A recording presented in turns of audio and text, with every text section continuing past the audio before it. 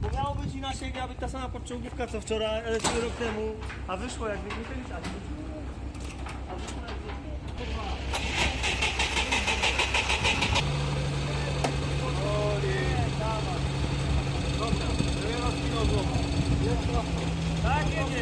tak, nie.